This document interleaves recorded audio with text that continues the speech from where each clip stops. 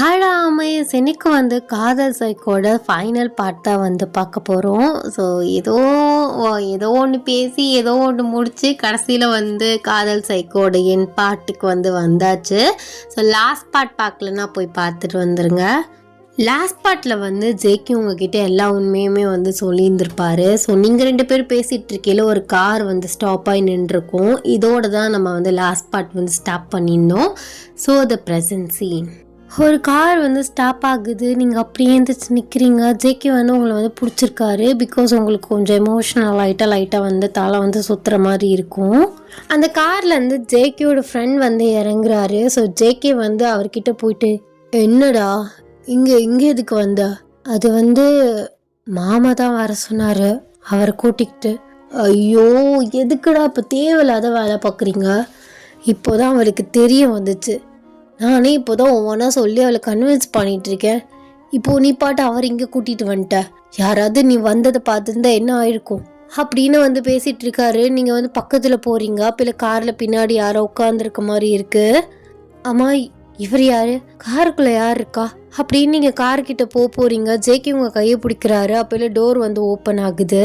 நீங்கள் 2 பேருமே அந்த டோரை வந்து பார்த்துட்ருக்கீங்க. அப்போ உங்கள் உள்ளேருந்து வந்து உங்கள் அப்பா வந்து இறங்க முடியாமல் கால் மட்டும் வெளியில் வந்து லைட்டாக வச்சுருக்காரு. உங்களுக்கு அவரை பார்க்கும்போது ரொம்பவே எமோஷ்னல் ஆகுது. அப்பா நீங்கள் அப்படின்னு போயிட்டு அவரை வந்து ஹக் பண்ணிக்கிறீங்க. அவருமே உங்களை ஹக் பண்ணி வந்து அழுகிறாரு. ஸோ என்னால் அழுகிற வாய்ஸ்லாம் பேச முடியாதா, நான் நோம்பு வச்சுருக்கேன். ஸோ அதனால் நான் வந்து ஷார்ட் அண்ட் ஸ்வீட்டாக வந்து சொல்லிட்டேன். பின்னாடியிலேருந்து ஷோல்டர்லேருந்து உங்களை வந்து ஒரு ஆள் கை வைக்கிறாங்க. நீங்கள் திரும்பி பார்க்குறீங்க. பார்த்தா உங்கள் சொந்த அம்மா வந்து நிற்கிறாங்க. அவங்கள பார்த்துட்டு ஜேக்கிவையும் உங்கள் அப்பாவையும் மாற்றி பார்க்குறீங்க. உங்களுக்கு ரொம்பவே ஒரு மாதிரியாக இருக்குது. ஸோ அவங்களையுமே ஹக் பண்ணிக்கிறீங்க. என்னை சுற்றி இவ்வளோ பெரிய விஷயம் நடந்தது. எனக்கு எல்லாமே ஒரு மாதிரி கனவு மாதிரி இருக்குது. எல்லாமே உண்மை மாதிரியே இருந்துச்சு. ஆனால் என்னை சுற்றி இதுவரை நடந்தது எல்லாமே போய். ஏன்பா நீங்கள் அப்போவே வந்திருக்கலாம்ல, ஏன் வரலை? வந்து என்கிட்ட எல்லா உண்மையும் சொல்லியிருந்துருக்கலாம்ல. நான் உங்களுக்கு உதவியாக இருந்திருப்பேன்ல. நீங்கள் ஏன்ப்பா இத்தனை வருஷம் இவ்வளோ அமைதியாக இருந்துட்டீங்க? அது வந்து நான் தாண்டி வேணான்னு சொன்னேன். ஏன்னா தெரிஞ்சா அவள் திரும்ப ஏதாவது பண்ண தான் ட்ரை பண்ணுவா. இப்போவே தெரிஞ்சதுக்கப்புறம் என்ன ஆட போகிறாலோ தெரியல. அப்படி இருக்கும்போது அவரோட சேஃப்டியை நம்ம பார்க்கணும்ல. நான் தான் ஒத்துக்கல. அதுவும் இல்லாமல் ரொம்ப ஹெல்த் இஷ்யூவில் இருந்தார். அதான் சரி விடு. அதான் இப்போ எல்லாம் தெரிஞ்சிருச்சுல. இனிமே என்ன வந்தாலும் ஒன்றாவே என்ன ஃபேஸ் பண்ணிக்கலாம். ஆமாம், ஏன்ப்பா உங்களை இந்த மாதிரி பண்ணாங்க? அதுவா, அவள் சில இல்லீகலான வேலையெல்லாம் பார்த்தா. அதுக்கு நான் இடைஞ்சலாக இருந்தேன். ஒன்றே ஒரு விஷயத்தில் விற்கிற அளவுக்குலாம் பேச ஆரம்பிச்சிட்டா. அதனால தான் எங்கள் 2 பேருக்குள்ளே சண்டை வர ஆரம்பிச்சது. அதுக்கப்புறம் அவள் வேலையை அவள் காட்டிட்டா. அப்போது உங்களை சாவடிச்சிட்டாங்கங்கிறது அவங்க மைண்ட் செட். அதுக்கப்புறம் என்னை எந்த டிஸ்டர்பும் பண்ணலையே. என்னை நல்லா தானே பார்த்துக்கிட்டாங்க. ஏன் என்னை நல்லா பார்த்துருந்துருக்கணும்? அதான் அந்த ஜாக்கிக்கு கல்யாணம் பண்ணி வைக்கிறதுக்காக தான் அவன் உன்கிட்ட நல்லவ மாதிரி இத்தனை வருஷம் வேஷம் போட்டிருக்கா. ஜாக்கி வந்து அவளோட அண்ணன் பையன். அவனை பற்றி தான் இந்த ஊருக்கே தெரியுமே, பொம்பளை பொறுக்கின்னு. அதான் உன் தலையில் கட்டிடலான்னு உன் இத்தனை நாளாக பாசத்தை காட்டுற மாதிரி வேஷம் போட்டு வளர்த்துருக்கா. ஆனால் என் பொண்ணு எவ்வளோ மாறிட்டா. இந்தா இவன் ஃபோட்டோவில் காமிச்சான். ஃபோட்டோ போய் போல இருக்கு. என் பொண்ணு வளர்ந்துட்டா. மூஞ்சி இதெல்லாம் மாறிடுச்சு. அப்பா நான் இன்னும் சின்ன பொண்ணு இல்லை. நீங்கள் லாஸ்ட்டாக நான் 10th படிக்கும் போது பார்த்துருப்பீங்க. இப்போ நான் காலேஜே முடிக்க போகிறேன். அப்போ ஃபேஸ்லாம் மாறி இருக்கும்ல. நீங்கள் தான் ஆளே மாறிட்டீங்க. எவ்வளோ ஹைட் அண்ட் வெயிட்டாக இருப்பீங்க. இப்போ ரொம்ப மெலிஞ்சிட்டீங்க. உங்களை இப்படி பார்க்கும்போது எனக்கு அவ்வளோ கஷ்டமாக இருக்குது. ஏன் அந்த மாதிரி பண்ணாங்க? இருந்தாலும் எனக்கு உங்கள் மேலே ரொம்ப கோவம். அம்மா விட்டுட்டு இன்னொரு லேடி தேடி போனனால தானே நம்ம ஃபேமிலி இப்படி வந்து நிற்குது. ஆனால் தங்கச்சி அந்த மாதிரி கிடையாது. அவங்க கேரக்டரே அவள் சுத்தமாக கிடையாது. அவள் இத்தனை நாளாக நான் பிறந்த வயதில் பிறந்த மாதிரி தான் நாங்கள் இருந்திருக்கோம். அவளுக்கு இந்த விஷயம் மட்டும் தெரிஞ்சா ரொம்ப கஷ்டப்படுவா. நீங்கள் இப்படி பேசிகிட்டு இருக்கும் போதே வரிசை கார் வந்து நிற்குது. நீங்கள் எல்லாருமே ஷாக்கடாக பார்க்குறீங்க. அப்போ இல்லை ஜேகே, இதுக்கு தான் சொன்னேன் கொஞ்சமாவது பொறுமையா இருக்கீங்களா? உங்களை வச்சு எங்களை பிடிச்சிட்டாங்க. இப்போ ஷோ அப்படின்னு அவர் டென்ஷன் ஆகுறாரு. உங்க தங்கச்சி ஜாக்கி அப்புறம் உங்க ஸ்டெப் மாம் எல்லாருமே வந்து நிக்கிறாங்க. பாரா, குடும்பமா சேர்ந்துட்டீங்க போல. அதாவது என் புருஷன் உயிரோட இருக்காருன்னு எனக்கு இன்னைக்கு தான் தெரியுது. சாவடிச்சேன்னா செத்து போயிட்டாருன்னு ஈஸியா எடை போட்டேன். ஆனா காப்பாத்தி இத்தனை வருஷம் எனக்கே தெரியாம ஒளிச்சு வச்சு இவ்வளோ பிளான் போட்டிருக்கீங்க பாரு. அப்போ என் மூத்த மகளுக்கும் இந்த விஷயம் தெரிஞ்சிருக்குமே. சரி, தப்பு என்னைக்கும் ஒரு நாள் தெரியதான் போகுது. அது இன்னைக்கு தெரிஞ்சிருச்சு. அதுக்காகலாம் ஜாக்கிக்கு ஒய்யனை கல்யாணம் பண்ணி வைக்காம நான் விட மாட்டேன். எவ்வளோ தைரியம் இருந்தா அவ ஓடி வந்திருப்பா. இவ்வளோ சொல்லணும். இவ அவளுக்கு கொடுத்த சப்போர்ட் தான் எல்லாத்துக்கும் காரணம். என் பொண்ணுன்னு எதுவும் பேசாம இருந்தல்ல, எல்லாத்துக்கும் நீ தாண்டி காரணம். அம்மா, நீ அப்பாவை கொன்னியா? ஆமாண்டி, நான் தான் கொண்டேன். ஆனா உயிரோட தானே வந்திருக்காரு. சரி, அந்த கதையெல்லாம் இப்ப தேவையில்லை. ஜாக்கி, நீ போய் தாலியை கட்டு. இதுக்கு மேல அவளை விட்டுன்னு வச்சுக்கோவேன், அவ உனக்கு கிடைக்காமலே போயிடுவா அப்படின்னு சொல்றாங்க. அப்பாவையும் உங்க அம்மாவையும் வந்து கார்ல வச்சு லாக் பண்ணிட்டு ஜேக்கி வந்து உங்க கையை டைட்டா பிடிக்கிறாரு. பாரா, ஹீரோனி கையை டைட்டா பிடிச்சிக்கிறாரு. ஏன் கையை பிடிச்சானால தாலி கட்ட முடியாதா அப்படின்னு பக்கத்துல வராரு. ஜேக்கிக்கும் ஜாக்கிக்கும் வந்து சண்டை நடக்குது. உங்களுக்கு என்ன பண்றதுன்னே தெரியல. உங்க ஸ்டெப் மதர் வந்து உங்க கையை பிடிக்கிறாங்க. உனக்கு எவ்வளோ திமிரடி, ஓடி போக பாக்குறியா நீ? கையை விடுங்க, கையை விடுங்க. இத்தனை நாள் உங்களை அம்மான்னு கூட்டி அம்மாவா நினைச்சிருக்கேன். எனக்கு உங்களை திட்ட கூட மனசு வர மாட்டேங்குது. ஆனா இத்தனை நாள் என்ன பொண்ணா தானே பார்த்துருப்பீங்க. அப்படி பார்க்கலனாலும் ஒரு மனுஷியா பாருங்க. அவனுக்கு போய் என்ன கல்யாணம் பண்ணி வைக்கணும்னு நினைக்கிறீங்க? அப்பெல்லாம் ஜாக்கி ஜேக்கியை பிடிச்சி நல்லா தள்ளி விட்டுட்டு உங்க பக்கத்துல வராரு. நீங்க பின்னாடி போறீங்க. என்னை விடுங்க ப்ளீஸ் ஜாக்கி, உனக்கு கெஞ்சி கேட்டுக்கிறேன். என் லைஃப்பை ஸ்பாயில் பண்ணிடாத. ஃபோர்ஸ் பண்ணி ஒரு பொண்ணை மேரேஜ் பண்ணி உன்னால சந்தோஷமா இருக்கவே முடியாது. என்னால இருக்க முடியும். நீ ஏன் கவலைப்படுற? உன்னை எப்படி வலிக்கு கொண்டு வரணும்னு எனக்கு தெரியும். நீ அந்த ஜேகேவை நினச்சிக்கிட்டு தான் என்னை வானான்னு சொல்கிற. இந்நேரம் அவன் மட்டும் உன் லைஃப்பில் வராமல் இருந்திருந்தான் கண்டிப்பாக நேரம் நமக்கு கல்யாணமும் முடிஞ்சிருக்கும். எல்லாம் அவனால தான். உன்னை நல்லா நான் பார்த்துக்கிறேன். பொண்ணுங்க அந்த விஷயத்தெல்லாம் குறைச்சிட்ற. என்னை கல்யாணம் பண்ணிக்கோ. வேணாம் ஜாக்கி, எனக்கு உன்னை கண்டாலே பிடிக்காது. நீ குறைச்சிக்கோ கூட்டிக்கோ, எனக்கு அதெல்லாம் தேவையில்லை. என்னை விட்டுரு ப்ளீஸ். உனக்கு ஒன்று மாதிரி இருக்க பொண்ணு தான் சரி. என்ன மாதிரி ஒரு பொண்ணோட வாழ்க்கையை நாசம் பண்ணிடாத ப்ளீஸ் அப்படின்னு அவர் கையை வந்து பிடிக்கிறீங்க. ஜேகே வந்து முன்னாடி நிற்கிறாரு. இவன் எப்போ பாரு என் வழியிலேயே வந்து நின்றுட்டுருக்கான். இங்கே பாருடா, அவன் மேலே கை பட்டுச்சுன்னு வைவன்.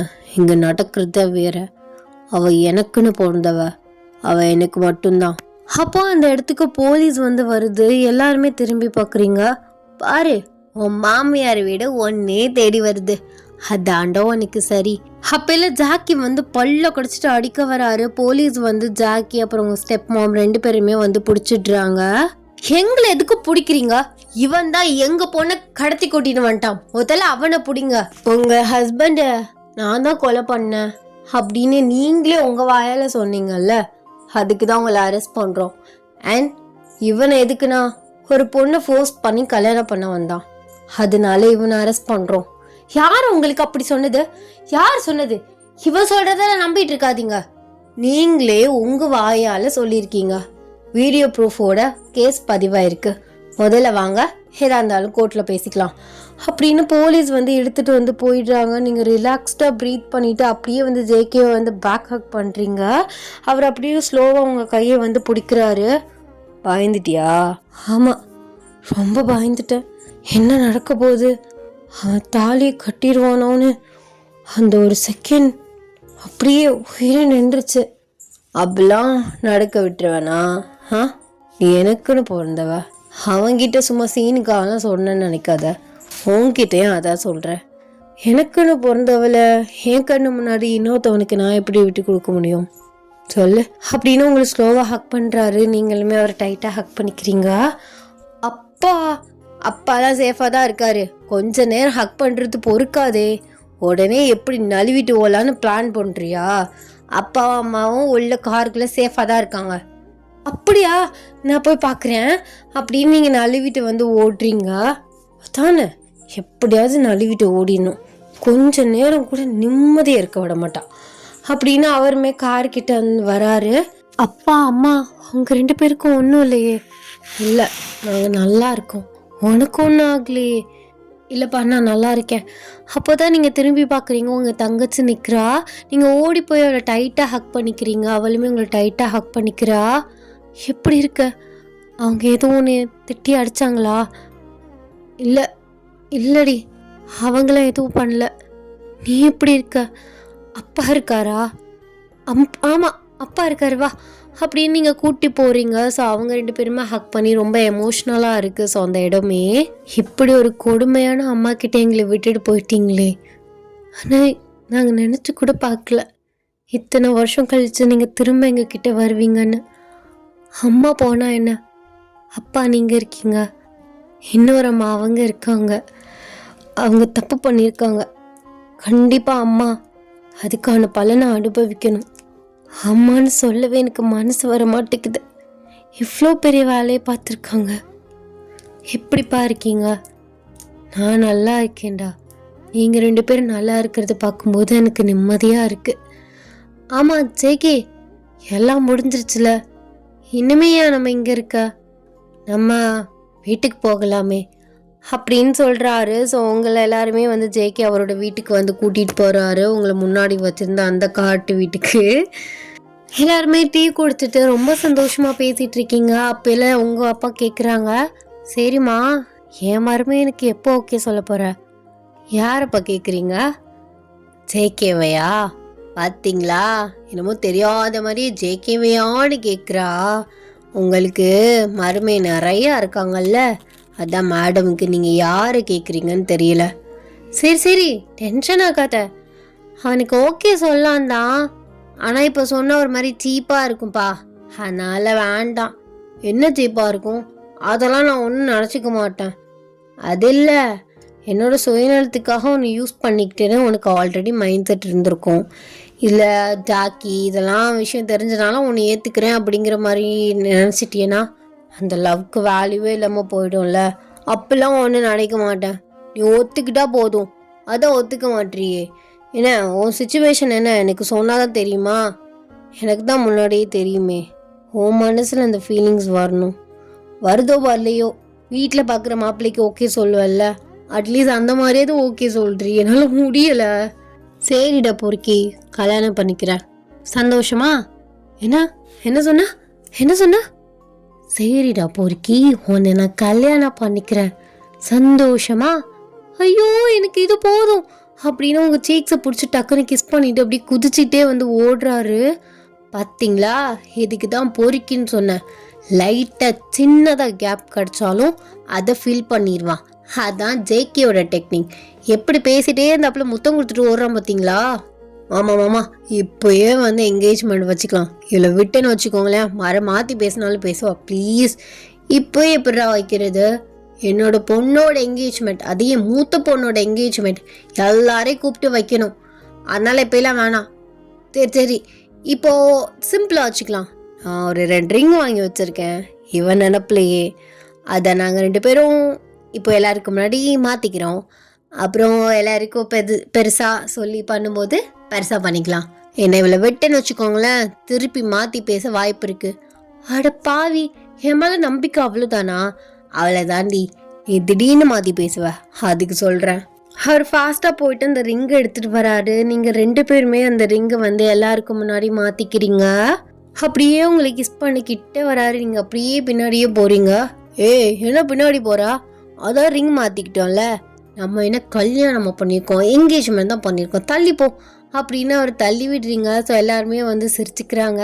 உங்கள் ஃபேமிலி அப்படியே பார்க்கும்போது உங்களுக்கு ரொம்பவே ஹாப்பியாக இருக்குது. சுபம் ஹாப்பி என்டிங். மாடி இந்த 12 நாளில் இது ரெக்கார்ட் பண்ணுறதுக்கு எனக்கு நேரமே கிடைக்கல. என்னால் கொஞ்சம் சீன்ஸ் வந்து எக்ஸ்டெண்ட் பண்ணி கொண்டு போகலாம் சார், எனக்கு ஐடியா இருக்குது. பட் என்னால் ரெக்கார்ட் பண்ண முடியல, எனக்கு தொண்டை காய ஆரம்பிக்குது. ஏன்னா நான் நோன்பு வச்சுருக்கேன்ல. இப்போது வந்து நான் இந்த வாரம் போகிற டேக்கோட நான் நோன்பு திறந்துட்டு 6-7 மணிக்கு மேலே தான் பண்ணுற மாதிரி ஒரு ஐடியா வச்சுருக்கேன். ஆனால் இன்றைக்கி அது முடியாது. ஸோ டியூஸ்டே, வெனஸ்டே இந்த மாதிரி கொஞ்சம் கொஞ்சம் டைம் கிடைக்கும் போது அதை பண்ணணும் நைட் டயத்துலேயே. ஏன்னா ஒரு 2 நாள் வந்து ஹாஃபாக பிரித்தோம்னாலே பண்ணிடலாம். ஆனால் அது வந்து கொஞ்சம் நல்லா டியூரேஷன் வந்து லாங்காக போடலாம் நான் நினைக்கிறேன். அந்த ஒரு ஆசை வந்து எனக்கு இருக்குது. ஆனால் அதுக்கப்புறம் எப்படி மூட் ஸ்விங்ஸ் ஆகுதுன்னு தெரியல. அதனால் எப்படியும் அந்த 2 டேஸ்க்குள்ளே பண்ணிட்டேன்னா கண்டிப்பாக அந்த வீக் வந்து டேயோட 1 ஷாட் வந்துடும். பட் எனக்கு இதுக்கு மேலே பேச முடியல, தொண்டை கட்ட ஆரம்பிக்குது.